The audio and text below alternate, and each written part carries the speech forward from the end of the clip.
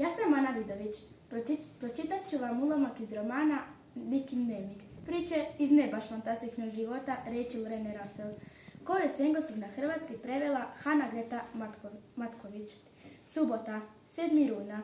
Mama i tata me izluđuju.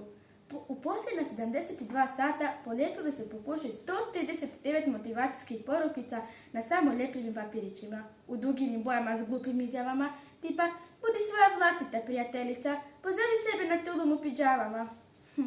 Nažalost, nikad nisam uspjela pročitati onu koju su gurnuli u toster jer se zapalila kad sam ih pokušavala napraviti pop tart od jagoda za doručak.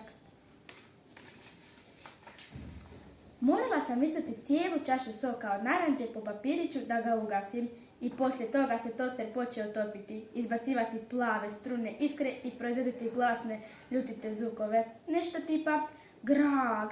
Mislim da će nam vjerojatno trebati novi. Ali ono što je bilo zaista zastrašujuće je da nam je kuća mogla zgorjeti do temelja. I to sve zato što su moji roditelji strpali samo ljepljivi papirić u toster. Znam da mama i teta imaju najbolje namjere, ali ponekad ih se baš sramim.